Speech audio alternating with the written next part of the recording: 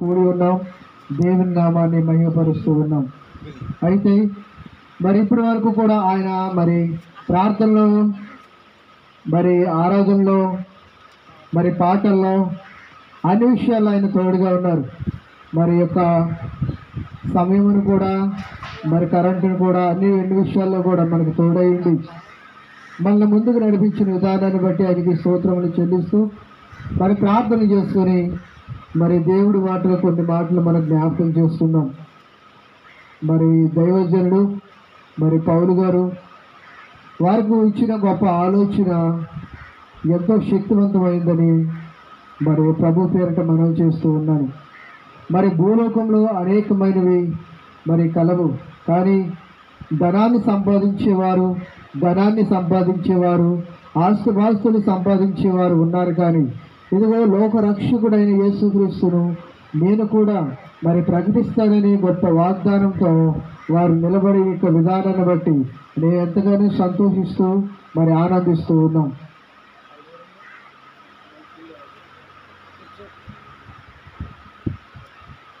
మరి దేవుని నామానికి మహిమ ఘనత ప్రభావమును కలిగినట్లు మరి దేవుని లేఖనంలోకి మనం వెళ్ళిపోతామండి.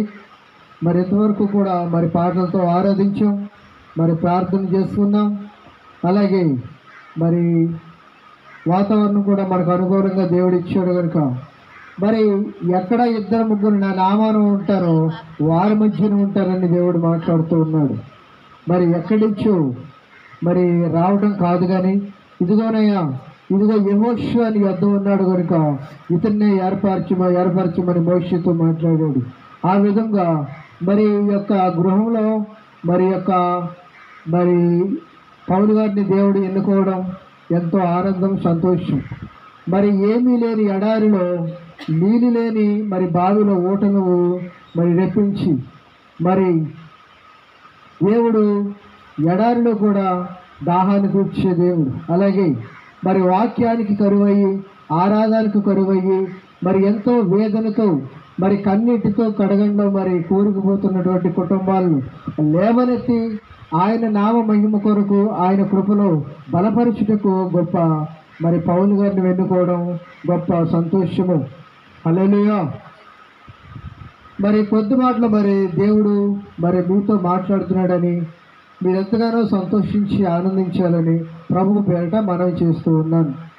అయితే ప్రార్థన చేసుకుని మరి ఈ వాక్యాన్ని మనకు ముందుకు తీసుకుని వెళదాం. మరి మధ్యలో ఉన్నటువంటి మరి యేసు గారు ప్రార్థన చేస్తారు, వాక్య నిమిత్తం ప్రార్థన చేస్తారు. ప్రార్థన చేసిన తర్వాత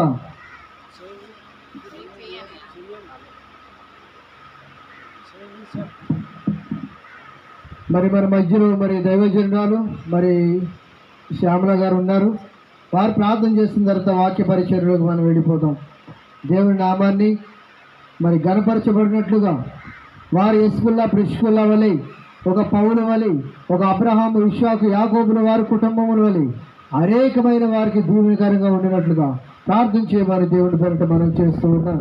స్తోత్రము నాయన, పరిశుద్ధుడు పేరు ప్రేమగలిగిన తండ్రి, మీ ఘనమైన శ్రేష్ఠమైన నామను పొందనాలయ్యా. అయ్యా ఈ మధ్యాహ్న క్లాస్ సమయంలో నా తండ్రి ఇదిగో సేవకుతో మేము మాట్లాడమని అడుగుతున్నాము తండ్రి. అయ్యా సేవకుతో నువ్వు ఏదైతే మాట్లాడుతున్నావో అది మా హృదయాల్లో మాకు అర్థమయ్యేటట్లుగా సహాయం దయచేయమని అడుగుతున్నాను తండ్రి. అయ్యా ఈ మధ్యాహ్న కాల సమయంలో నువ్వు మాతో మాట్లాడే విధానం నీ కొందనాలు ప్రభు. అయ్యా నీ చిత్తమైతే నా తండ్రి మా హృదయాల్ని మార్చమని అడుగుతున్నావు తండ్రి. మా హృదయాల్లో నిన్ను ఆహ్వానించే భాగ్యాన్ని దయచేయమని అడుగుతున్నావు తండ్రి. ఇదిగో నాయన అయ్యా నిన్న ఆరాధనలో రాత్రి ఆరాధనలో నా తండ్రి ఇప్పుడు ఆరాధనలో నువ్వు ఉన్నావని అయ్యా ఘనమైన కార్యాన్ని ఘనంగా జరిగించావని మేము నమ్ముతున్నాం తండ్రి. ప్రభు దేనికి లోటు లేకుండా అయ్యా ఇదిగో నాయన ఒకరి దగ్గర చేయి చాచకుండా నా తండ్రి మమ్మల్ని అభివృద్ధి పరిచినందుకు నీకు స్తుతులు, నీకు స్తోత్రాలు నాయన. అయ్యా ఇదిగో నా తండ్రి ఇలాగో నా తండ్రి ప్రభువ అయా ఆరాధన జరుగుటకు నా తండ్రి ప్రభువ నీ కృప చూపించమని అడుగుచున్నాం తండ్రి ప్రభువ. అయా నువ్వు ఎన్నుకున్న దాన్ని బట్టి నీ కొందనాలే ప్రభువ. మేము ఏ పాటి వారం తండ్రి, ధూళి లాంటి వాళ్ళం, దుమ్ము లాంటి వాళ్ళం నా తండ్రి. అయా ఎందుకు పనికిరాని వారం తండ్రి, నీ కొందనాలు, స్తుతులు, స్తోత్రాలు నాయన. అయా ఆరుటకు యోగ్యత కూడా లేని వారం తండ్రి ప్రభువ. అయా నువ్వు నిలబెట్టిన విధానం బట్టి నీ కొందనాలు, స్తుతులు, స్తోత్రాలు నాయన. అయా మాకు ఏం మాట్లాడాలో కూడా తెలియదయ్యా. అయా నువ్వు జ్ఞానంతో నింపమని అడుగుచున్నాం తండ్రి ప్రభువ. మేము ఎర్రి వారమై ఉన్నాం తండ్రి నాయన. నువ్వు ఎన్నుకున్నావు తండ్రి, నీ కొందనాలు, స్తుతులు, స్తోత్రాలు అయ్యా. అయా నువ్వు మాతో ఏం మాట్లాడుతున్నావో నా తండ్రి ప్రభువ అయా మాట్లాడమని అడుగుచున్నాం తండ్రి నాయన. అయ్యా నీకే స్తుతులు, స్తోత్రాలు నా తండ్రి ప్రభువ. అయా ఎలా పలకాలో, ఎలా సమాధాన పరచాలో నీకు తెలుసు తండ్రి ప్రభువ. అయ్యా మాకు నేర్పించమని అడుగుచున్నాం తండ్రి, నీ కొందనాలు, స్తుతులు, స్తోత్రాలు నాయన.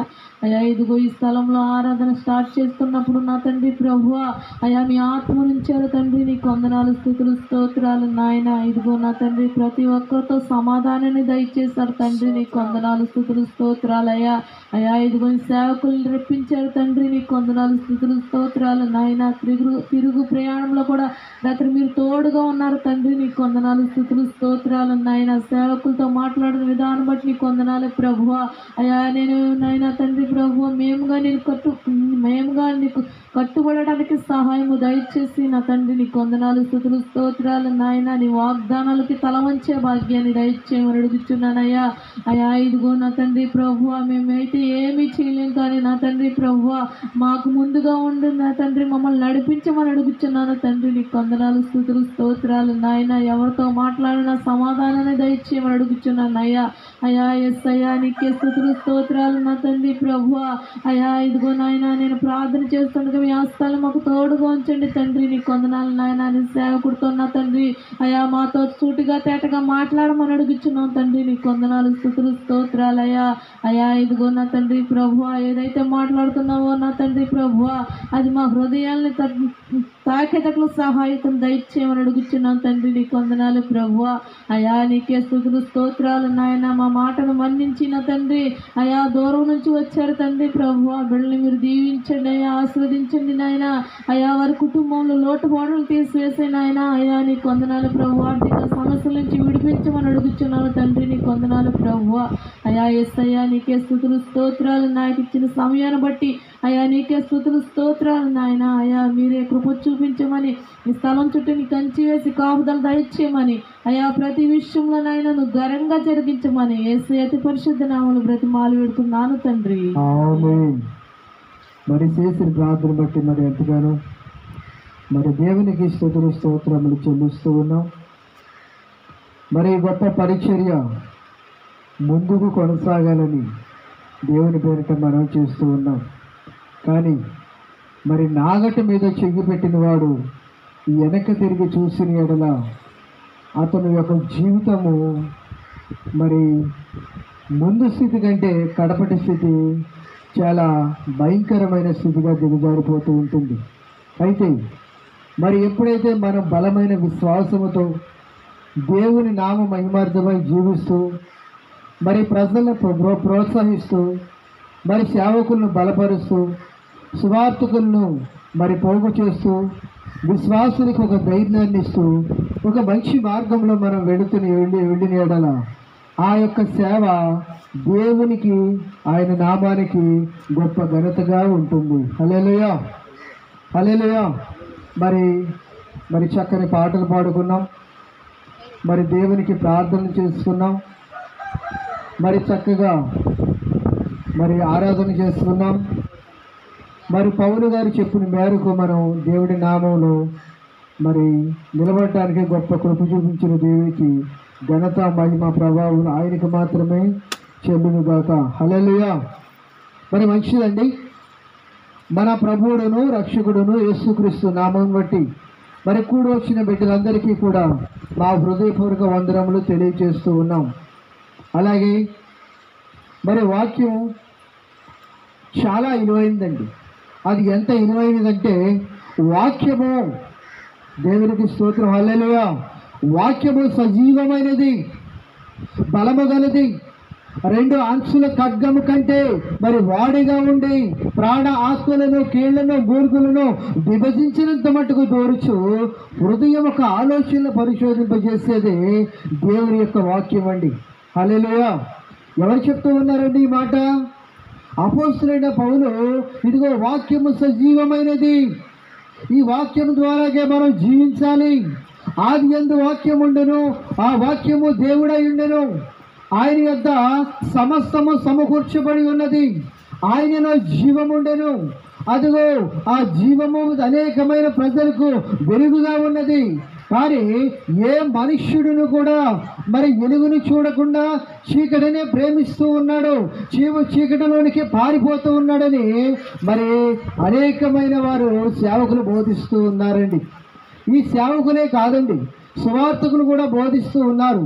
అనేకమైన వారు కూడా దేవుని నామ మహిమార్థమై జీవిస్తున్న సమస్త ప్రజలందరినీ కూడా మరి ప్రోత్సహిస్తూ ఉన్నారు. కానీ మరి ఏ మనుష్యుడు కూడా విననొల్లని ప్రజలుగా ఉన్నాడంటండి. హల్లెలూయా. అమ్మ మీరు కూర్చోవాలి, మీరు శ్రద్ధగా కూర్చోండి. దేవుడి మాటలు మరి శ్రద్ధగా వినాలని దేవుడి పేరిట మనవి చేస్తూ ఉన్నాను. ఏమండి పౌలు గారు, మరి ఈ మాటలు మరి మీకే, ఎందుకని అంటే దేవుడు నిలబెట్టిన విధానాన్ని బట్టి ఈ మాటలు మీకు దేవుడే బోధిస్తూ ఉన్నాడని మీరు గ్రహించి ఈ ప్రకారం జీవించినలా మీకు నిత్య జీవము దొరుకును. యేసుక్రీస్తు అనే దేవుడు మీకు అందుబాటులోకి వచ్చును. హల్లెలూయా, హల్లెలూయా. అయితే మన వాక్య భాగంలోనికి మనం వెళ్ళినట్టయితే ఏమని మాట్లాడుతూ ఉన్నాడండి? మరి రోమియోలకు రాసిన పత్రికలోని యేసుక్రీస్తు నందున్న వారికి ఏ శిక్ష లేదంటండి. హల్లెలూయా, హల్లెలూయా. మరి యేసుక్రీస్తునున్న వారికి ఏ శిక్ష లేదంటండి.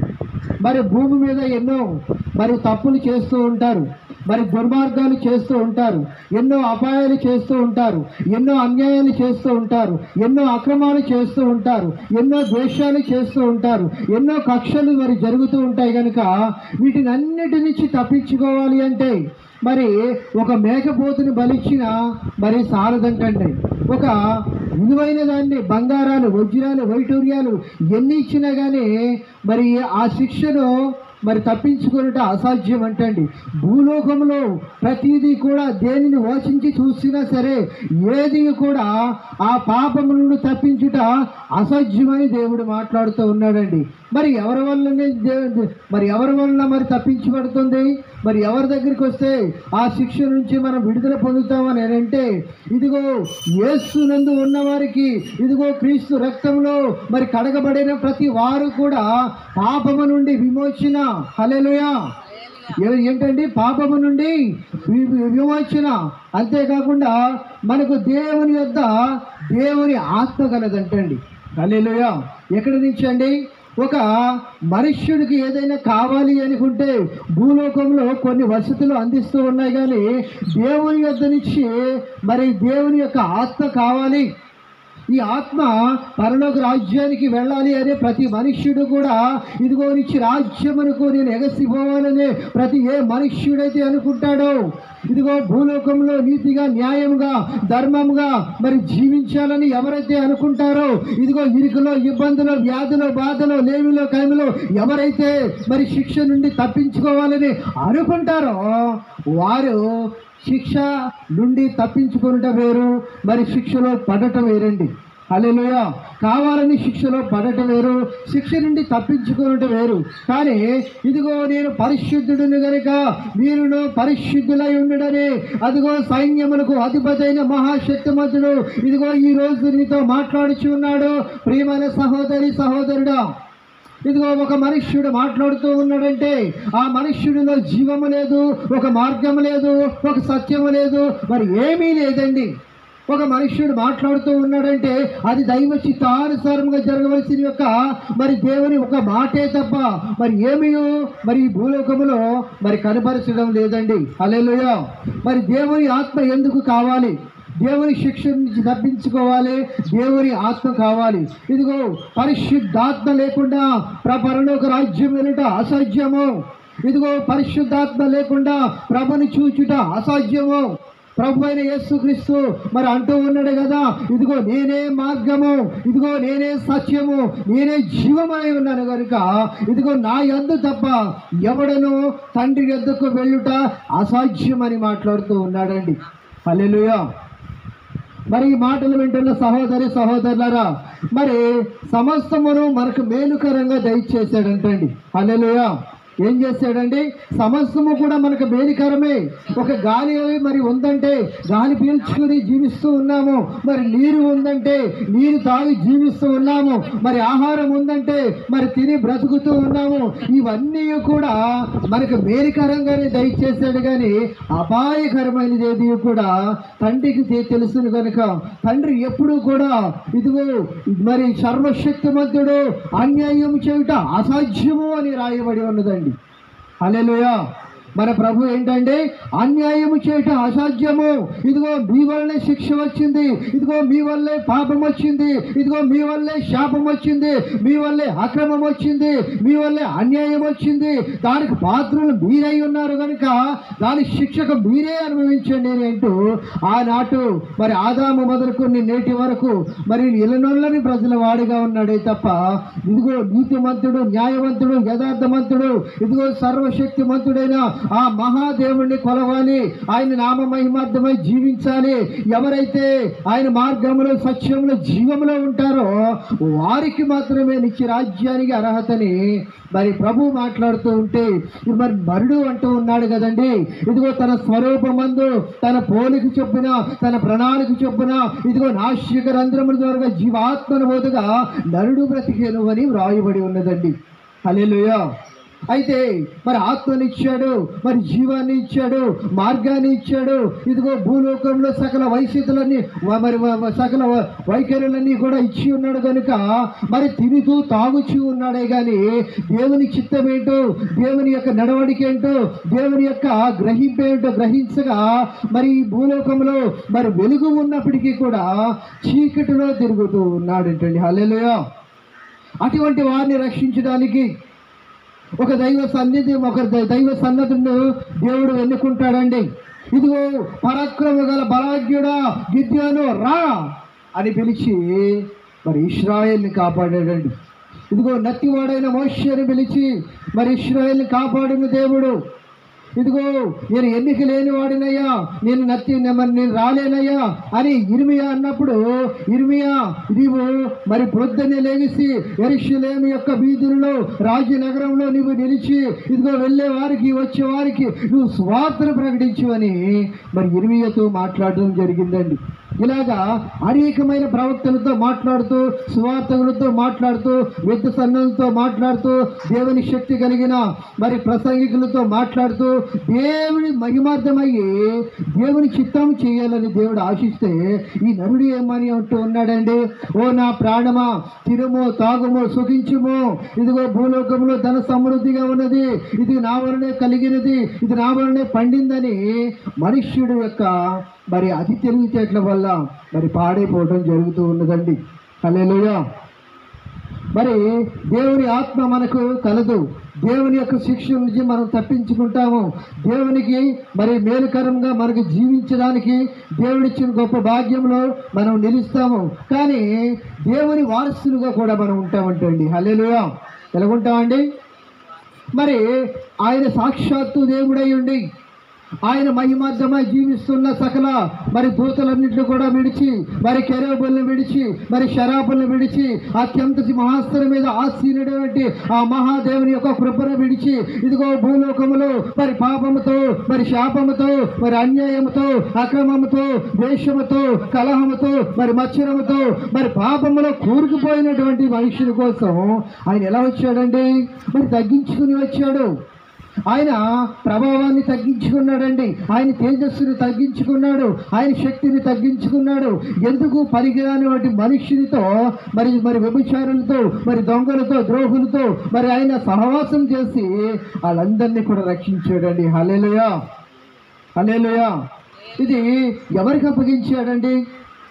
మరి 2025 సంవత్సరముల క్రితము యేసుక్రీస్తు భూమి మీద ఉన్నప్పుడు ఆయన మరి సువార్త 33.5 సంవత్సరములు సువార్త ప్రకటించి తండ్రి చిత్తము పరలోక రాజ్యానికి వెళ్ళి ఇదిగో నా ఆత్మను మీకు అప్పగిస్తూ ఉన్నాను, నా ఆత్మను కుమ్మరిస్తూ ఉన్నాను కనుక ఇదిగో నా ఆత్మ ద్వారాగా మీరు జీవించి ఇదిగో సమస్త ప్రజలందరినీ కూడా మరి మీకు మరి మేలుకరంగా వారికి చేయమని మరి ఆయన మరి మాట్లాడడం జరిగిందండి. అయితే అపోస్తలులందరూ కూడా ఆ విధంగానే చేశారు. అమ్మా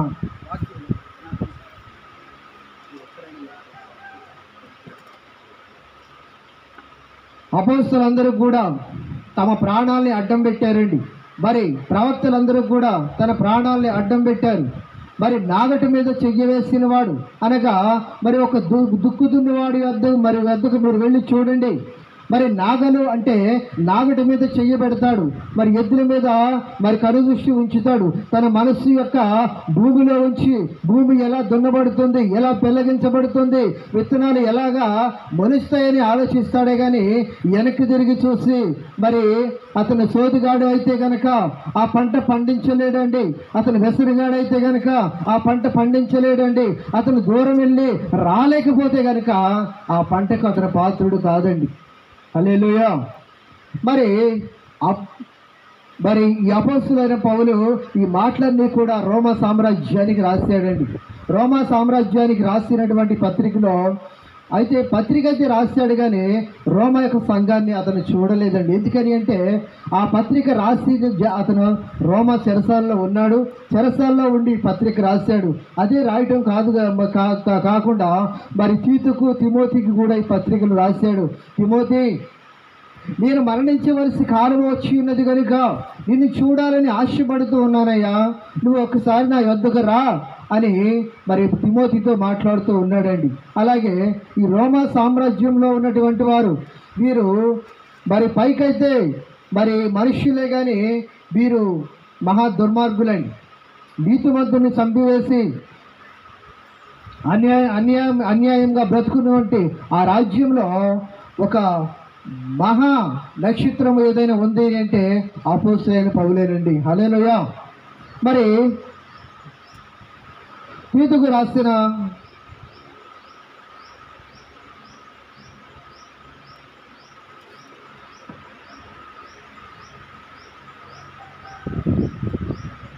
తిమోతికి రాసిన 2వ పత్రిక 2వ అధ్యాయము 1 నుంచి కొన్ని వచనాలండి.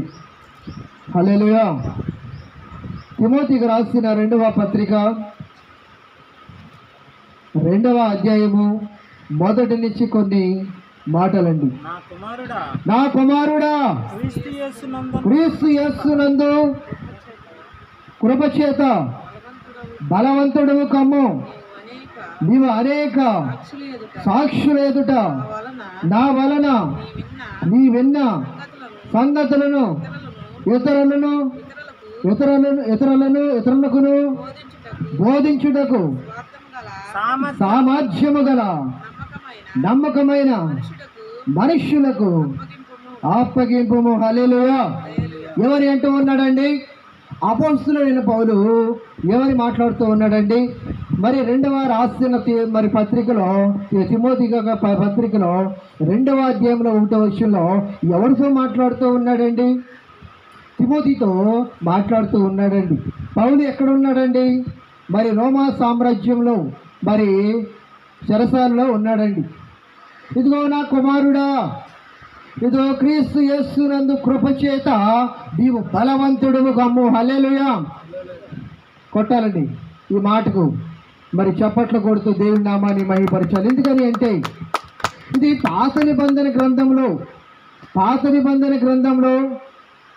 మరి ధర్మశాస్త్రము కింద ఉన్నటువంటి వారు మరి కొంతమంది బోధకులు వచ్చి ఇదిగో మోషే యొక్క ధర్మశాస్త్రం ద్వారాగా నీవు జీవించబడతావు, ఇదిగో ధర్మశాస్త్రం ద్వారాగా నువ్వు పరలోక రాజ్యానికి వెళతావు, ధర్మశాస్త్రం ద్వారాగానే మోషే చెప్పిన ఆజ్ఞల ద్వారాగానే నువ్వు దేవుడు నిన్ను అంగీకరిస్తాడని మరి తప్పు బోధిస్తూ ఉన్నారంటండి కొంతమంది. హల్లెలూయా. ఎవరండి? కొంతమంది మరి వాక్యానుసారంగా జీవించని వారు, మరి వాక్యము తెలియని వారు మరి మోషే గురించి అయితే తెలుసుకున్నారు, కానీ యేసుక్రీస్తు యొక్క పునరుద్ధానపు శక్తిని, ఆయన చెప్పిన మహత్కార్యమును చేసిన మరి అన్ని కూడా తెలుసుకోకుండా ఎప్పుడు మోషే గురించి మాట్లాడుతూ ఉన్నారంటండి. ఏమని మాట్లాడుతూ ఉన్నారు? అయ్యా ప్రజలారా, ఇదిగో మోషే ధర్మశాస్త్రం కింద ఉన్నటువంటి మీరందరూ కూడా ఈ ధర్మశాస్త్రం ద్వారానే మీరు రక్షించబడతారు, ఈ ధర్మశాస్త్రం ద్వారానే పరలోక రాజ్యానికి వెళ్తారని కొన్ని సంఘాలలో బోధిస్తూ ఉన్నారంటండి. ఏమనండి? అపోస్తులైన పౌలు ఎప్పుడైతే యేసుక్రీస్తునందు ఉన్న వారికి ఏ శిక్షయూ లేదు, ఆయన రక్తంలో కడగబడిన ప్రతి వారు కూడా నిత్య రాజ్యములకు వారసులని మరి అపోస్తులైన పౌలు చెప్తూ ఉంటే, వీళ్ళు పాత మాట మాట్లాడుతూ ఉన్నారండి. అంటే పాత మాట మోషే ద్వారాగా మాట్లాడుతూ ఉన్నారు, కానీ యేసుక్రీస్తు యొక్క పుట్టుక గురించి, యేసు యొక్క పునరుద్ధానము గురించి, యేసు యొక్క మరి మహత్కార్యముల గురించి, సూచక క్రియల గురించి మీరు చెప్పడం లేదండి. హల్లెలూయా, హల్లెలూయా. మరి యేసుక్రీస్తు భూమి మీదకి వచ్చింది, పాపాత్ముడు మరి నరకానికి వెళ్ళిపోతూ ఉన్నాడు. మరి పాప బలి జరగాలి, ఒక పాపం నుంచి బయటపడాలి అంటే రక్త బలి జరగాల్సిందేనండి. ఒక నిజానికి ఒక మాట చెప్తూ ఉన్నారు, వినండి. పాపానికి విరుడు జరగాలి అని అంటే ఆ మనుష్యుని బలివ్వాలి. ఒకవేళ బలిచ్చారు అని అంటే అది పరిశుద్ధమైంది, రక్తమై ఉండాలి. అతను నీతిమంతుడై ఉండాలి, అతను యథార్థవంతుడై ఉండాలి, అతను న్యాయవంతుడై ఉండాలి, దేవుని పట్ల మరి దేవుని కుమారుడై అని పిలువబడాలి. అయితే ఆ రక్తము మరి అంగీకరించబడుతుంది, ఆ బలి అంగీకరించబడుతుంది. అంతే తప్ప ఒక పాపంతో ఉన్నటువంటి వాడు ఒక శిక్ష నుండి తప్పించుకునేది అసాధ్యము. అయితే మరి ఎవరైతే పాపములో శాపంలో ఉండి మరి తిరుగుబోతులుగా, తాగుబోతులుగా మరి ఉన్నటువంటి సమస్త మరి ప్రజలందరిలోనూ మరి కొంతమందిని మరి నీతిగా, న్యాయంగా జీవింపజేయాలని ప్రభువు మరి పౌలుని ఎన్నుకోవడం జరిగిందండి. కొట్టాలి, చెప్పండి. హల్లెలూయా, హల్లెలూయా.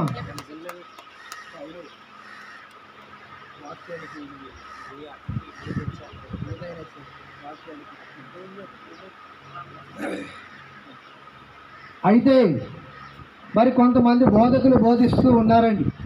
ఏమని బోధిస్తూ ఉన్నారు? ధర్మశాస్త్రం కింద ఉన్నటువంటి వారు మరి మీరు రక్షించబడతారని కొంతమంది చెబుతూ ఉన్నారండి. అయితే ఇక్కడ ఏమని మాట్లాడుతూ ఉన్నాడండి? మరి పౌలు రాసిన మరి 14 పత్రికల్లో మొదటి స్థానంగా ఇదిగో నీవు కృపచేత నీవు కృతజ్ఞతాస్తుతులు నీకు చెల్లిస్తూ ఉన్నానని ప్రతి ఒక్క పత్రికలో రాయబడి ఉన్నదండి. అది ఏమన్నాడండి? ఇదిగో ధర్మశాస్త్రం కింద నీకు మరి రక్షించబడతావని ఎక్కడైనా రాశాడండి? ఎక్కడైనా మీరు చదివారా? చదివితే నాకు చూపించండి. అయితే మీరు కృపచేత రక్షించబడ్డారని పౌలు మాట్లాడుతూ ఉన్నాడండి. పౌలు మాట్లాడుతూ ఉంటే, ఓ నా కుమారుడా, నీవు కృపచేత బలవంతుడు కాము. ఒకరికి, ఒక దైవజనుడికి బలం కావాలంటే అది కృప ద్వారాగేనండి. ఎందుకంటే ఇదిగో నా కృప నీకు చాలును అని అంటాడండి యేసుక్రీస్తు. హల్లెలూయా, హల్లెలూయా. మరి ఒక మాటగా మనం చూసినట్లయితే మరి ముందుకు మరి అదే అధ్యాయము 8వ వచనం మనం చూసినట్లయితే, 2వ అధ్యాయము 8వ వచనం మనం చూసినట్లయితే ఏంటండి? యేసు వార్త అండి. ఆగండి ఒక్కొక్క విషయం. నా సువార్త అన్నాడా? లేదండి. లేదా ఇతరులు బోధించిన యొక్క దుర్బోధన గురించి మాట్లాడుతూ ఉన్నాడండి. ఇదిగో నేను క్రీస్తుని పోలి నడుచుకొనుచున్నాను, ఇదిగో నా పరుగు కడముట్టించితిని అని అపోస్తలుడైన పౌలు మాట్లాడుతూ ఉన్నాడండి. ఇదిగో నా కోసము జీవ కిరీటము దాచబడి ఉన్నది, ఓ నా ప్రియ కుమారుడా తిమోతి, ఇదిగో నా యొద్దకు రమ్ము. అయితే చదవండి. నా సువార్త ప్రకారము దావీదు సంతానములు పుట్టి మృతులలో నుండి లేచిన యేసుక్రీస్తును జ్ఞాపకము చేసుకొనము. హల్లెలూయా, హల్లెలూయా. గట్టిగా చెప్పాలి హల్లెలూయా. మరలా చెప్పాలి హల్లెలూయా. అయితే ఒక దైవజనునికి బలమేంటి? ఒక యుద్ధ సన్నద్ధుడికి బలమేంటి? ఒక సువార్తికుడికి బలమేంటి? ఒక క్రైస్తవుడికి బలమేంటి అని అంటే ఆయన మరణ పునరుద్ధాన శక్తి కొట్టాలి. చెప్పండి హల్లెలూయా. హల్లెలూయా. ఎవరైనా మిమ్మల్ని అడిగిన ఎడల ఇదిగో మృతులలో నుండి లేచిన క్రీస్తును మేము ప్రకటించుచున్నాము, ఆయన సజీవుడును బలము కలవాడును 2 అంచుల ఖడ్గముగాడు చెప్పు సంగతులు ఏమనగా హల్లెలూయా. అదే మరి కొంచెం మరి ఇంకో మాటగా మనం మరి ముందుకు వెళ్ళిపోదామండి. అలాగే మరి సువార్త ప్రకటించడమే కాదు కానీ మరి ఇందులో కూడా అపాయాలు ఉన్నాయండి. ఏంటి? ఎంత భోజనం చేస్తే ఇష్టకరమైన భోజనం చేస్తే అంత అపాయకారం తగిలిద్దండి. అయితే సువార్త ఫస్ట్ చాలా బాగుంటుంది. ఉన్న కొండే భారీ 12 తప్ప ఏమి కనిపించి ఒక దైవజనులు కానీ స్నేహితులు కానీ బంధువులు కానీ ఎవరు అని ఇరుగు పొరుగు వారు కూడా మాట్లాడతారు. మీకు భార్య భర్త ఎదుర కూర్చుంటారు, ఒకరినొకరు ప్రార్థన చేసుకుంటూ ఉంటారు. మనం ఏదో అనుకున్నాం, ఏదో జరిగింది అని మీరు నిరాశ చెందొద్దండి. హల్లెలూయా. సకల జీవరాశులు ఎదుట ఆధారభూతులైన మహోగణుడు మహోన్నతులైన యేసయ్య ఇదిగో జగత్పునాది వేయబడక మునిపే తండ్రి రొమ్మన ఆనుకున్న అద్వితీయ కుమారుడు యందు విశ్వాసం ఇచ్చిన ప్రతివాడు నశించక ఇచ్చిన రాజ్యము. హల్లెలూయా. ఈ విశ్వాసము ద్వారాగా ఎప్పుడైతే నీవు కన్నీరు విడిచావో, విశ్వాసము ద్వారాగా నీవు ఎప్పుడైతే వేదనతో రోదనతో ప్రార్థన చేస్తూ ఉన్నావో ఇదిగో ఒక బలమైన సమూహము బలమైన మరి దేవదూతలు ఎదుట ఉంటారు. హల్లెలూయా. మరి నువ్వు ఒక్కడవే ఉన్నావని బాధ మరి నిరాశ చెందొద్దు. ఇదిగో భూలోకము కంటే అత్యంతమైన మరి దేవుడు నీ యొద్ద ఉన్నాడు.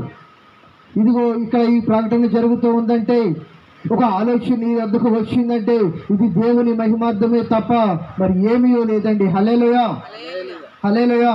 మరి అపాయకరం కూడా ఉంటుందండి, దాన్ని కూడా దాటుకెళ్ళాలి. ఎందుకని అంటే ఒక వెలుగు ఉన్న కాడ చీకటి తప్పకుండా ఉంటుంది. ఒక నీతిమంతుడు ఉన్న కాడ ఒక అపాయకరుడు ఎలాగైనా ఉంటాడు. మరి దేవుడు ఉన్న కాడ దుష్టుడు ఖచ్చితంగా ఉంటాడు. ఒక మంచివాడు ఉంటే ఒక చెడ్డవాడు కూడా ఉంటాడండి. హల్లెలూయా. మరి ఊరిలో ఉపకారం చేసేవాడు ఒకడైనా ఉన్నాడో లేదో నాకు తెలియదు కానీ అపకారం చేసేవాడు అడుగడుగు ఉంటాడండి. హల్లెలూయా. హల్లెలూయా. మరి 3వ అధ్యాయంలో అదే వచ్చి మరి 3వ అధ్యాయంలో కొన్ని మాటలు మనం చూసి 2 మాటలు మాట్లాడి మనం ముగించేసుకుందామండి. ఎందుకంటే ఎక్కువగా ఇసుకించడం మరి దైవజనుల చిత్తం కాదు కనుక మరి త్వరగా 2 మాటలు మాట్లాడుకుని ముగించుకుందామండి. 3వ అధ్యాయం అండి, మొదటి వచ్చి అంత్య దినములలో అపాయకరమైన కాలములు వచ్చునని తెలుసుకొనుము.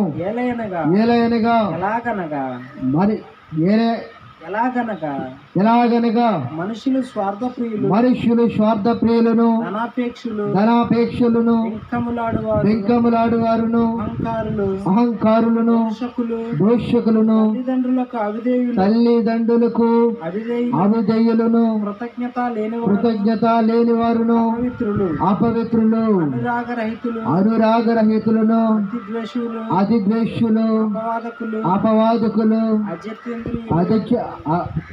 అజితేంద్రులు క్రూరులు సజ్జన ద్వేషులు ద్రోహులు మూర్ఖులు గర్వాంధులు దేవుని కంటే సుఖానుభావం ఎక్కువగా ప్రేమించువారు. హల్లెలూయా. హల్లెలూయా. మరి సువార్త ప్రకటిస్తూ ఉండాలి. ఒకవైపు కుటుంబాన్ని చూసుకోవాలి, ఒకవైపు పిల్లల చదువు చూసుకోవాలి, ఒకవైపు మరి పనిని మరి పౌలు గారు బరకాలు మరి ఆయన ఎవరికైనా భారం అవుతానేమోనని బరకాలు పెట్టి ఆయన పోషకాహారం చేసుకోవడం జరుగుతుంది. అలాగే మరి ఎవరికి కూడా భారం కాకూడదు. ఎవరు కూడా మన వలన దేవుని దూషించకూడదు. మాటలో కానీ చూపులో కానీ హృదయంలో కానీ ఎక్కడైనా ఎప్పుడైనా ఏ మనుష్యుల ద్వారాగైనా సరే దేవుని నామానికి మరి అపవిత్ర వచ్చుట మరి మంచిది కాదు. అయితే ఈ మాటను మరి జ్ఞాపకం చేసుకోవాలి. మరి ఎవరితోనైనా ఇప్పటి వరకు మీరు ఎలా ఉన్నారో నాకు తెలియదు, కానీ ఇప్పటి నుంచి మరి 99 కాదండి, 100% బాగుండాలి. హల్లెలూయా, హల్లెలూయా. ముఖ్యంగా అన్యుల వల్ల మనకు ప్రాబ్లం లేదు, కానీ క్రైస్తవ వల్ల మనకు ముఖ్యమైన ప్రాబ్లం. మరి బయట వాళ్ళకి మనకు శత్రువులు కాదు, కానీ మనలోనే శత్రువులు ఉంటారు. మరి ఆయన వాక్యం బాగుంటుందండి, మరి ఈయన మనకు ప్రసంగం లేదండి, ఆయన వాయించొద్దు అన్నాడండి, ఈయన రావద్దు అన్నాడండి. ఇటువంటి భేదాలు ఉండటానికి మరి దేవుని చిత్తం కాదు. ఎంతవరకు మౌనంగా ఉండటము అంత మేలు, ఎంతవరకు దేవునిలో పరిగెడతాము అంత మేలు, అంతే తప్ప మరి దేవుని దూషించుట మరి సాతాను యొక్క పని కనుక వాడు ఎప్పుడు పన్నాగం పన్నే ఉంటాడు, ఈ పక్కలోనే ఉంటాడు. వాడు పక్కలో ఉన్నాడు, వాడిని గ్రహించితే తప్ప వాడిని గ్రహించకుండా నోటి ద్వారాగా, మాట ద్వారాగా, చూపు ద్వారాగా, నడక ద్వారాగా, పడక ద్వారాగా నీవు జారిన ఎడల నీవు కాదు కానీ ఆ దేవుడే అవమానపడతాడు. హల్లెలూయా, హల్లెలూయా. మరి ఒక మాట కింద మనం చూసినట్లయితే మరి ఇంకో మాట కూడా చూసి మనం ముందుకు వెళ్ళిపోదామండి.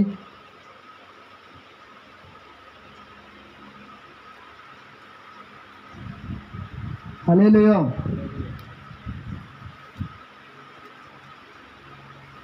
తిమోతి రాసిన పత్రికలో కొన్ని మాటలు మనం జ్ఞాపకం చేసుకున్నాము.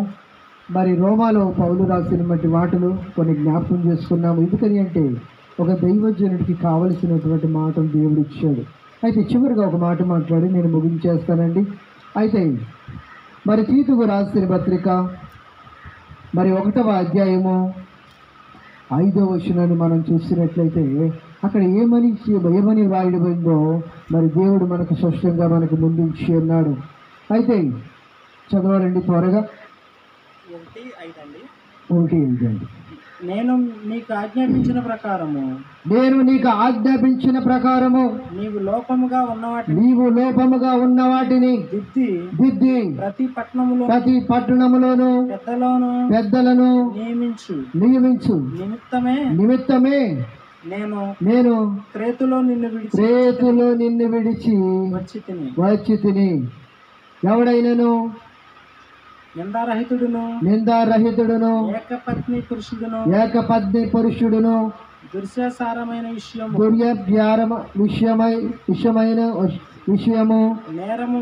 నేరము మోపబడిన వారై అవిధేయులు కాక విశ్వాసులైన పిల్లల వగువాడునై ఉన్న ఎడల అట్టి వాటిని పెద్దగా నియమించవచ్చును. హల్లెలూయా, హల్లెలూయా. అపోస్తలుడైన పౌలు ఇది ఫస్ట్ నుంచి లాక్కురావాలి సమయం చాలా, ఎందుకంటే ఎక్కువగా విశ్వించడం అనేది నాకు ఇష్టం ఉంది. కరెక్ట్ పాయింట్లో మాట్లాడి వాళ్ళకి అర్థమయ్యే విషయంలో మాట్లాడితే నాకు కనుక ఈ విషయాన్ని క్లుప్తంగా కాకుండా కొద్దిగా మీకు మాట్లాడి నేను ముగించేస్తానండి. అయితే ఎందుకు మాట్లాడుతున్నారు, ఎవరు మాట్లాడుతున్నారు అని వివరించి దీని ప్రకారంగా కొద్ది ముందుకు వెళ్ళడానికి మరి దేవునికి స్తోత్రం. హల్లెలూయా. అపోస్తలుడైన పౌలు సంఘాలని బలపరిచాడండి. సంఘాన్ని ఎలా బలపరిచాడు? అతనితో బర్నబాని ఎన్నుకున్నాడండి. బర్నబాతో మార్కుని ఎన్నుకున్నాడండి. మార్కు తర్వాత లూకాని ఎన్నుకున్నాడండి. లూకాతో ఒనేసిముని ఎన్నుకున్నాడండి. ఒనేసిముతో మరి ఫిలిప్పును ఎన్నుకున్నాడండి. ఇలాగా మరి ఎస్కుల్లా ప్రిస్కుల్లా వీళ్ళు కూడా సహకారులే. అనేకమైన వారిని ఒక టీముగా చేసి మరి అనేక సంఘాలను బలపరుస్తూ ఒక మరి ప్రయాణము, 2వ ప్రయాణము, 3వ ప్రయాణము, ఇలాగా 3 దశల గుండా వెళ్ళచ్చు. మరి ఫస్ట్ సంఘాలను బలపరుస్తూ మళ్ళా వెళ్ళి వాళ్ళని ప్రోత్సహిస్తూ, అమ్మ సేవ ఎలాగుంది, మీరెందుకు మరి బలపరచబడలేదంటూ మళ్ళీ వాళ్ళని బలపరుస్తూ వాక్యంతో వాళ్ళని నింపి మరి కృపతో వాళ్ళని బలపరిచి వస్తూ ఉండేవాడండి. అలాగా చేస్తూ ఉన్న సమయంలో మరి తీతుకు తిమోతిని కూడా వారి యొక్క పరిచర్యలో ముందుకు కొనసాగుతూ ఉన్నారు. కొనసాగుతూ ఉన్న సమయంలో మరి తీతుకు మరి ఎక్కడ మంచి గొప్ప సేవకుడు, మంచి విశ్వాసం కలిగిన వాడు, మరి అపోస్తలుడైన పౌలుతో సహవాసధరుడై ఉన్నాడు. మరి తండ్రి చిత్తము అనగా ఒక తండ్రిగా భావించి అతను చెప్పిన యొక్క నడవడికలో నడుస్తూ మరి పౌలును ఒక గొప్పగా అంటే ఒక దేవదూత వలె మరి చూసేవారంటండి. హల్లెలూయా. అపోస్తలుడైన పౌలు వస్తూ ఉన్నాడంటే ఒక దేవుని దూత వస్తుంది అని అంటూ ఉండేవారంటండి. అంత గొప్పగా మరి వెలుగుతున్నటువంటి ఆ యొక్క సంఘాల్లో మరి ఎక్కడో అది మధ్యధార సముద్రంలో క్రేతు అనే పట్టణం ఒకటి ఉందంటండి. హల్లెలూయా. అది ఎక్కడుందండి? మరి మధ్యధార సముద్రంలో మధ్యన ఉన్నటువంటి ఒక పెద్ద ఏంటండి, అది 150 మైళ్ళు ఉన్నటువంటి ఎడేపు, అది 70 దాని బారు 150 అడుగులు, దాని ఎడల్పు 70 మరి కిలోమీటర్లు అంటండి. హల్లెలూయా. అంత గొప్ప మరి దాన్ని ఏమంటారంటే దాని పద్మస్సు దీపము అని అనవచ్చును. ఎందుకంటే యోహాను గారిని మరి సముద్రమును ఉన్నటువంటి పద్మస్సు అంటే చుట్టూ సముద్రమే ఉంటుందండి, రావటానికి అవకాశం ఉండదు. మరి ఎంత ఈదినా ఆ సముద్రంలో పడి మరి చనిపోవలసిందే, లేదా ఆ గట్టు మీద జీవించవలసిందే.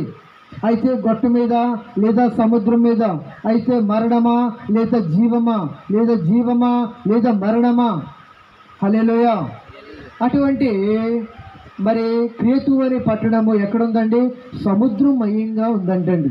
సముద్రమయంగా ఉన్నటువంటి వారిని కూడా అపోస్తలుడైన పౌలు వదలలేదండి. హల్లెలూయా. హల్లెలూయా. వారు అబద్ధికులు అంటండి. వారు అబద్ధికులు, తిండిపోతువారు, కొట్టుకునేవారు, ఒకరినొకరు హేళన చేసుకునేవారు, ఒకరంటే ఒకరు నచ్చనివారు.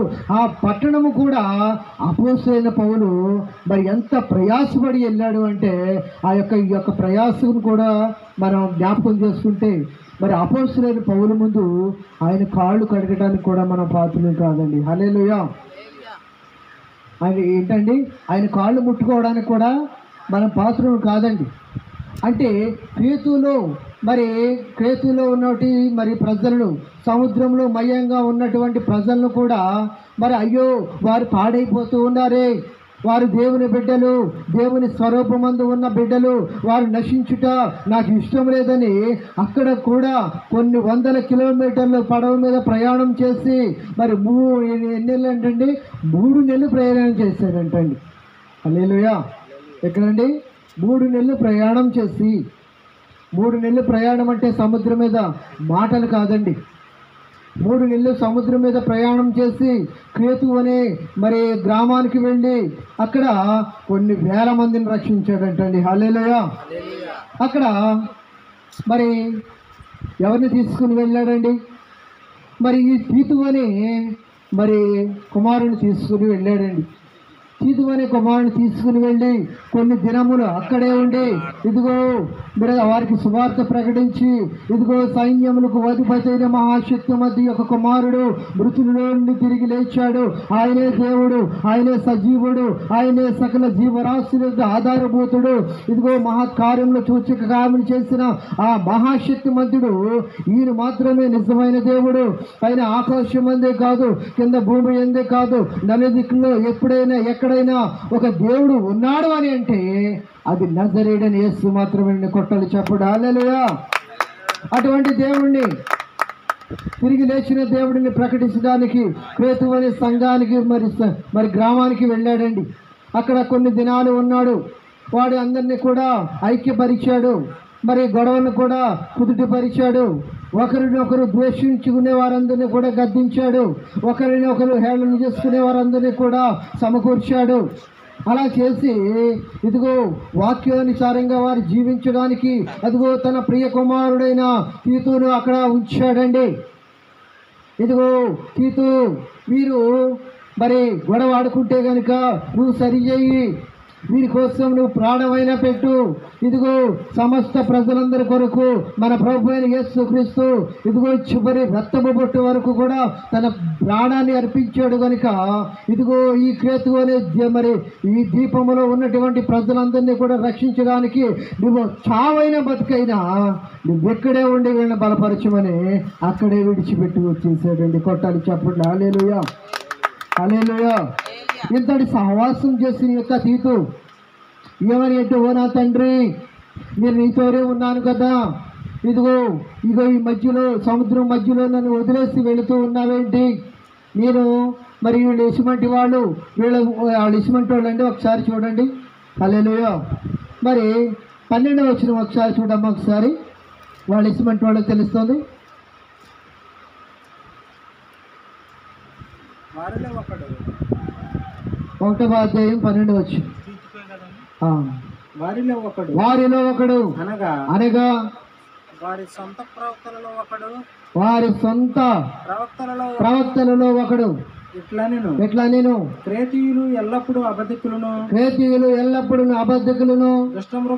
దృష్టముగ్రములను సోమరులకు తిండిపోతులై ఉన్నారు. ఈ సాక్ష్యము నిజమే. హల్లెలూయా. ఎవరు మాట్లాడుతూ ఉన్నారండి? మనం ఏమన్నా గట్టిగా మాట్లాడుతున్నామండి? లేదు. అది వాక్యమైన దేవుడు మాత్రమే మాట్లాడగలిగిన ఈ యొక్క మాటలో మరి క్రేతులో ఉన్న మనుషులు వారు తిండిపోతులు అంటండి, వారు దుష్ట మృగము కలిగిన వారు అంటండి. వారు అడవిలో చెప్పేవారు లేరు, వినేవారు లేరు, పెద్దలు లేరు, ఒక క్రమము లేదు, ఒక నిబంధన లేదు, ఒక దేవుడు లేడు, ఒక భయం లేదు, ఒక భక్తి లేదు, ఏమీ లేకుండా వారు జీవిస్తూ ఉన్న తరుణంలో వారి సైన్యములకు అధిపతి అయిన మహాశక్తిమంతుడు ఎలాగైతే భూమి మీద నరుడు ఇదిగో పాపంతో, శాపంతో, అన్యాయంతో, అక్రమంతో ఎలాగైతే కొట్టుమిటిలాడి మరి పాడైపోయి పతనమైపోయి నరకానికి విడిచిపడుతూ ఉన్నాడో వాడిని రక్షించడానికి యేసుక్రీస్తు భూలోకానికి పంపినట్లుగా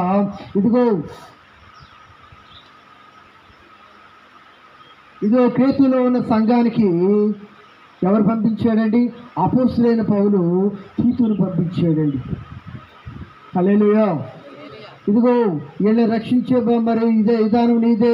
మరి సంఘములో ఎలా ఉండాలి, సంఘ పెద్దల్ని ఎలా నియమించాలి, నువ్వు ఎలా మాట్లాడాలి, అన్నిటికీ సమర్థుడైన పరిశుద్ధాత్మ దేవుడు ఇదిగో నీతో ఉన్నాడు కనుక ఇదిగో నేను ఎల్లప్పుడూ నీతో ఉండను కనుక, నేను ఎప్పుడు ఉందునో ఎప్పుడు పోదునో మరి నాకే తెలియదు కనుక సమస్తము ఎరిగినట్టు మరి సమర్థుడు నీతో ఉన్నాడు కనుక ఆయనే నిన్ను చూసినని ఆ సముద్రంలో వదిలిపెట్టి వచ్చేసాడండి. హల్లెలూయా. వారిని బలపరిచాడు, వారిని శక్తిని, వారికి పరిశుద్ధాత్మ శక్తిని రుచి చూపించాడు. ఆత్మతోనూ సత్యముతోనూ వారు ఆరాధిస్తూ ఉన్నారు. నిజ దేవుడును లోక రక్షకుడైన యేసుక్రీస్తును అంగీకరించారు. అందులో చాలా మంది దేవుని అంగీకరించారంటండి. హల్లెలూయా. అటువంటి గొప్ప సేవ మరి పౌలు మరి నువ్వు చేయాలని ఆశపడుతూ ఉన్నాడు దేవుడు. మరి బైబుల్ అంటే మరి మాటలు కాదు కనుక, సేవ అంటే నీ సొత్తు కాదు కనుక, ప్రజలంటే నీ వారు కాదు కనుక, నీవు దేవుని చిత్తానుసారంగా నీవు ముందుకు నడిచిన